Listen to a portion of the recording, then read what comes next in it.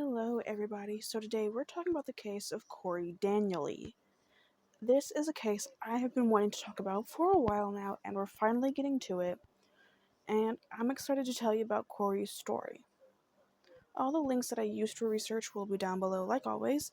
There will also be a link to a case suggestions form that's always there, but also you might notice another different link. I don't know if I've already announced it in a video yet.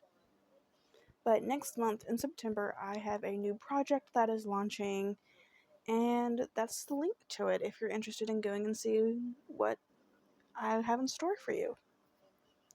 But other than that, let's go ahead and jump into this video. So, Corey is a son, a brother, a father, and a very talented musician. I'm going to have, obviously, his photos throughout this video, and you're going to see videos of him playing, and he just looks like he's so in love with it. His mother says that he never missed a show, and he's very gifted, a very talented, and a very positive person. He's also known as Crumb Dread because of his long dreads, and he is known to be able to get along with everyone.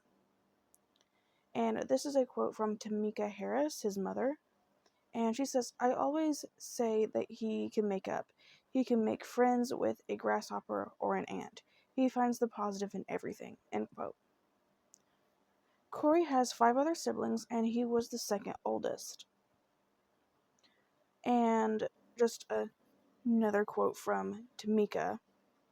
She says, "Corey is and always has been a free spirit, a very friendly young man, very gifted, very talented in music.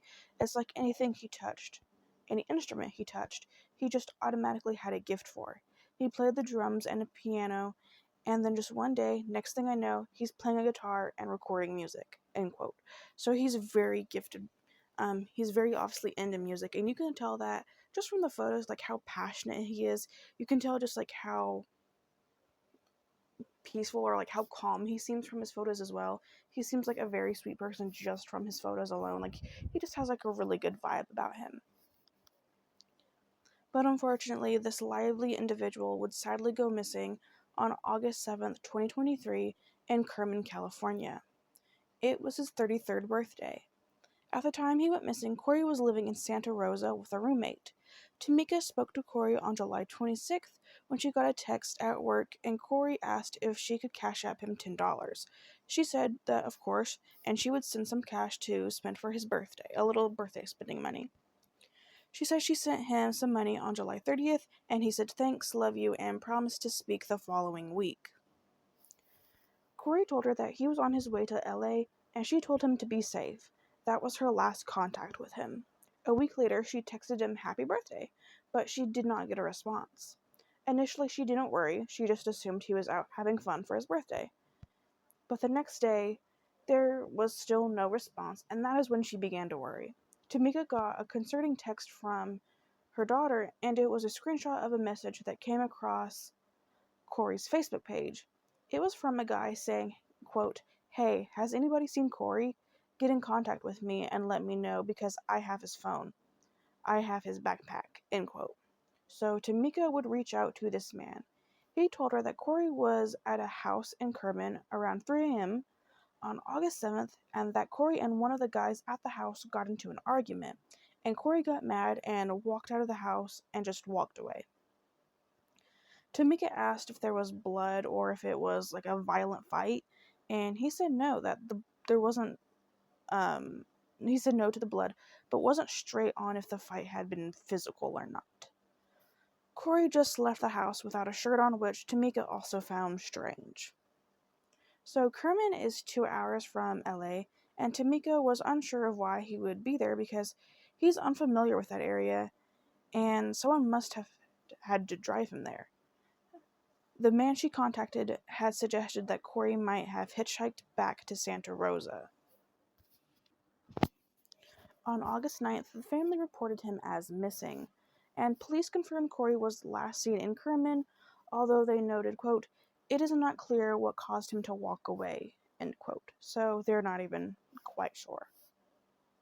The Fresno County Search and Rescue Team conducted multiple ground searches centering out from the location where Corey was last seen. The searches included deputies and volunteers on foot, cadaver dogs, drones, and off-road vehicles searching for an approximate 6-mile diameter from his last known location. The off-road vehicles enlarged the area to 14 miles. The search area consisted of orchards, vineyards, open fields, corrals, ponds, basins, homes, and outbuildings. A search warrant was conducted on the home in Kerman, which is still being forensically processed as much as I was able to find, so I don't really have an answer about like if they found anything, at least there. Officers have said that they have interviewed several people who might know something, but there are no current persons of interest, but they do suspect foul play. And so this is a quote from Officer, I believe it's pronounced Botti or Boti. I believe it's Botti, but I'm not quite sure. And they say this is due to Corey being an active person who either speaks with people or attends events on a regular basis. So it is strange for him to no longer be seen or heard from. End quote. And yeah, Tamika is saying like he's always, just performing. And for him to just completely go off the grid, not speak to anybody, not show up for anything, it's very concerning. Corey's family immediately went out and began their own searches. They searched farm fields, trash dumpsters, they searched Fresno, even homeless camps. Tamika also believes Corey was met with foul play and believes that several people are involved. So, this is a quote from Tamika, and she says, "He has a son who will be 2 years old in February of 2023. His son started walking. That's something he would have been so excited about." End quote. And I do have a description of Corey, just a small one. He is 5'8", 190 pounds, with brown eyes and black hair. He was last seen wearing red sweats with no shirt and Nike shoes. Anybody who has any information about Corey, if you saw him that day, if you've heard anything that could be of help, you are urged to contact the Fresno County Sheriff's Office. That phone number is 559-600-3111. Again, the phone number for the Fresno County Sheriff's Office is 559-600-3111. And so far, that is all I have for you guys on the case of Corey Daniely. At the time I'm filming this, there have not been any updates. This happened just last year, so hopefully there will be something soon. As far as the house in Kerman finally being processed, hopefully something finally comes back in terms of forensics, and once it does, obviously I will let you guys know. So at this point, we're just kind of waiting on those results to come back, and hopefully, something turns up of Corey, or he's found, like that would be like best case scenario is that he's found. But the police and even his own mother, Tamika, they believe that he was met with foul play, and I also believe that just because of how sure his mother seems. Like the way she describes him as just being like this person that loved life, this person who was a great father, a great family member, a great friend, and suddenly he gets into this random argument in a place where you didn't think he would be, and he's just gone. It is definitely weird, and I don't know if this is what she's thinking, because she said that she, believes that several people are involved. I don't know if she maybe means like the people from the house in Kerman. I don't want to put words into her mouth, but that is kind of like where my mind went to when she said several people are involved. I was like, okay, so maybe the people at the Kerman house, because I believe it was like a house with quite a few people there, and multiple people could have done something to him. I would be interested in knowing like why he was even in Kerman. I mean, he's a grown adult. He can go wherever he wants. He can do whatever he wants. But like Tamika said, like it wasn't an area he was familiar with. And I believe in an article, her or a friend said like he doesn't know anyone in Kerman very well. So like why would he be there? So it's definitely just weird. And I don't know. I kind of feel like the people at the Kerman house either know something more than what they're letting on, or they may be involved. Um, but I honestly, unfortunately, agree that I also think that he probably met with foul play.